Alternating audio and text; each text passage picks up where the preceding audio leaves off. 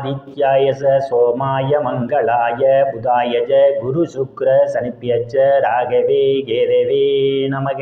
உலகை கட்டி காக்கும் பரமேஸ்வரன் பார்வதியின் திருவருளால் அனைவரும் நலமுடன் வாழ அந்த எல்லாம் வல்ல இறைவனை வணங்கி நேரில் அனைவருக்கும் எனது அன்பான வணக்கங்களை தெரிவித்துக் கொள்கின்றேன். இன்றைய பதிவிலே நாம் பார்க்க இருப்பது 2025 மே மாதம் நடக்கக்கூடிய குரு பயிற்சிக்கான பலன்கள். குரு பகவான் ரிஷப ராசியிலிருந்து மிதுன ராசி இடப்பெயர்ச்சியாக போகிறார். குரு பகவான் பொதுவாக நவகோள்களிலே மிகவும் முதன்மையான இயற்கை சுவர். இவர் இருக்கக்கூடிய இடத்தையும் சரி பார்க்கக்கூடிய இடத்தையும் சரி மேன்மைப்படுத்துவார். 2, 5, 7, 9, 11 ஆகிய வீடுகளில் குரு பகவான் பயணம் செய்யும் போது குரு பலம் பெற்று இருக்கின்றது. அந்த வீடுகளெல்லாம் மிகவும் சிறப்பாக இருக்கும் என்பது ஜோதிட சாஸ்திரத்தினுடைய விதிமுறை. அப்போ மற்ற 7 ராசிக்காரர்களுக்கும் சுப பலன்களை தரமாட்டாரா என்று ஒரு கேள்வி எழலாம். அவர் எங்கு இருந்தாலும் அவருடைய கடைக்கண் பார்வையானது 5, 7, 9 ஆகிய இடங்களை அவர் பார்க்கும் தன்மையுடையவர். ஆகவே அவர் இருக்கும் இடத்தை விட பார்க்கும் இடத்திற்கு பலம் அதிகம். குரு பார்க்க கோடி நன்மை என்பார்கள். குருடைய பார்வை பட்டுவிட்டால் அந்த இடமெல்லாம் புனிதமாகும். ஆகவே அனைத்து ராசிக்காரர்களுக்கும் ஒரு சில சங்கடங்களை தவிர அனைவருக்கும் சிறப்பான பலன்களையே இந்த குரு பயிற்சியில் தர காத்து கொண்டிருக்கின்றார். ஒரு சில சங்கடங்கள் என்று சொன்னேன். அந்த ஒரு சில சங்கடங்களும் நீங்கள் தவிர்த்து கொள்ள வேண்டுமென்றால் உங்களுடைய செயலும் சொல்லும் எந்த ஒரு மனிதரையும் பாதிக்காது, எந்த ஒரு ஜீவராசிகளையும் பாதிக்காது என்ற நம்பிக்கையோடு நீங்கள் செயல்பட்டால் உங்களுக்கு குரு பகவானுடைய அனுக்கிரகம் எந்நாளும் நிறைந்திருக்கும். குருவானவர் யார்?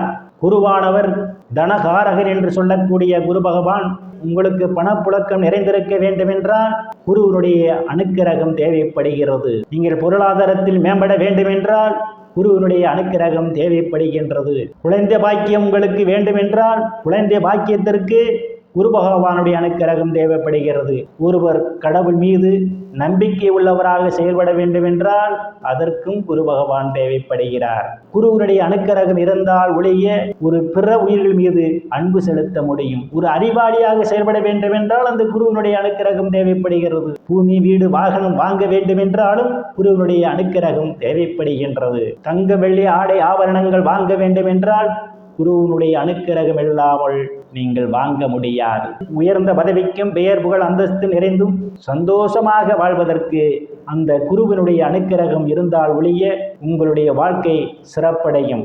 ஆகவே அப்படிப்பட்ட குரு பகவான் ரிஷப ராசியிலிருந்து மிதுன ராசிக்கு இடப்பெயர்ச்சி ஆகிறார். இந்த குருவினுடைய இடப்பெயர்ச்சியால் எந்தெந்த ராசிக்காரர்களுக்கெல்லாம் சிறப்பான பலன்களை போகிறார், எந்தெந்த ராசிக்காரர்களுக்கெல்லாம் பாதகமான பலன்களை தரப்போகிறார் என்பதை பற்றி பார்க்கலாம். நான் கூறக்கூடிய பலன்கள் அனைத்துமே கோச்சார ரீதியாக உலக மக்கள் அனைவருக்குமான பொது பலன்கள். உங்களுடைய சுய சாதகத்தில் கிரகங்கள் இருந்த நிலைமையும் தற்போது நடக்கக்கூடிய தசாபுத்தியும் கணக்கில் எடுத்துக்கொண்டு பலன்கள் எடுக்கும் போதுதான் துல்லியமான பலன்களை எடுக்க முடியும். வாருங்கள் ராசிக்குள் போகலாம். துலாம் ராசிக்காரர்களுக்கு குரு பகவான் பாக்கியஸ்தானத்திலே பயணம் செய்ய இருப்பதால் தந்தையருடைய அன்பும் ஆதரவும் உங்களுக்கு நிறைந்து இருக்கும். தந்தையார் உங்களுக்கு பக்க பலமாக இருப்பார். தந்தை வழி சொத்துக்களில் ஏதேனும் பிரச்சனைகள் இருந்தால் அவை முடிவுக்கு வருவதற்கான வாய்ப்புகள் உண்டு. நீதிமன்றத்திலே வழக்குகள் ஏதேனும் இருந்தால் உங்களுக்கு சாதகமாக அமையும். சில தர்ம காரியங்களிலே ஈடுபடுவீர்கள். சிலர் புண்ணிய ஸ்தலங்களுக்கு போய் வருவதற்கான வாய்ப்புகளும் உண்டு. சிலர் தேவாலய திருப்பணியை எடுத்து நடத்துவீர்கள். அதற்கு கும்பாபிஷேகம் நடத்துவதற்கான வாய்ப்புகள் உங்களுக்கு தேடி வருகின்றது. சிலர் பாத யாத்திரை பயணம் செய்வதற்கான வாய்ப்புகள் உண்டு. இந்த குரு பெயர்ச்சியால் நீண்ட நாட்களாக வெளிநாடு செல்லவில்லையே என்ற கவலையோடு இருக்கின்ற நண்பர்களுக்கு வெளிநாடு செல்வதற்கான வாய்ப்புகள் உண்டு. அதிர்ஷ்டம் உங்களை கதவை தட்ட காத்து கொண்டிருக்கின்றது. இந்த குரு பெயர்ச்சி உயர்கல்வி படிக்கக்கூடிய மாணவ மாணவிகள் எல்லாம் படிப்பிலே சிறந்து விளங்குவார்கள். பேராசிரியர்களின் நன்மதிப்பையும் பாராட்டையும் பெறுவார்கள். சிலருக்கு முன்பில் தெரியாதவர்கள் எல்லாம் உதவிக்கரம் நீட்டுவார்கள். சிலருக்கு அந்நிய மதத்தினரால் அனுகூலமான பலன்கள் உண்டு.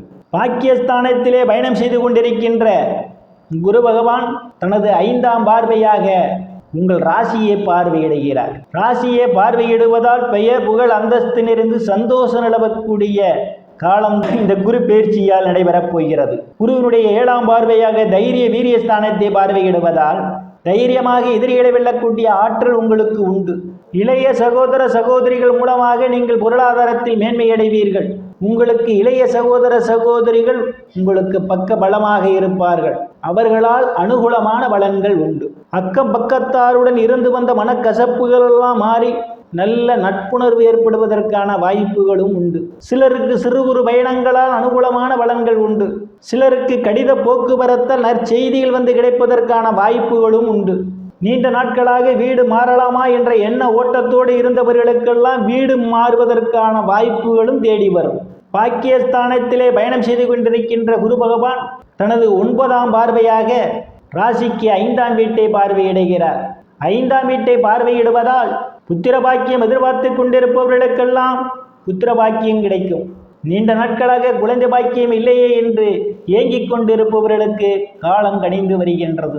சிலர் குழந்தைகளால் நற்பெயரும் புகழையும் அடைவீர்கள். சிலர் அவர்களுக்கு சுப நிகழ்ச்சிகள் நடத்துவதற்கான வாய்ப்புகளும் உண்டு. திருமணம், காதுகுத்து போன்ற சுப நிகழ்ச்சிகளை நடத்துவீர்கள். கலைத்துறையை சார்ந்தவர்களுக்கெல்லாம் புதிய வாய்ப்புகள் தேடி வரும். கலைத்துறையை சார்ந்தவர்களுக்கு ஒரு அதிர்ஷ்டமான காலம் இந்த காலம். பொருளாதாரத்தில் மேன்மை அடைவீர்கள். சிலர் லாட்டரி, ரேஸ், குதிரை பந்தயம் மற்றும் சூதாட்டங்களில் ஈடுபடுபவர்களுக்கு இது ஒரு பொன்னான காலமாகும். இரட்டிப்பான வருவாயை காண்பீர்கள்.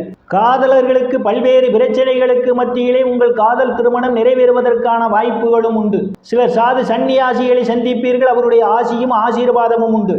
நேயர்கள் அனைவரும் இறைவனுடைய திருவருளால் அனைத்து செல்வச் செழிப்பும் பெற்று சிறப்புடன் வாழ வேண்டும் என்று அந்த எல்லாம் வல்ல இறைவனை வணங்கி நேயர்களை மீண்டும் அடுத்த பதிவில் சந்திக்கும் வரை விடைபெறுவது ஜோதிடர் எஸ் ராமன்.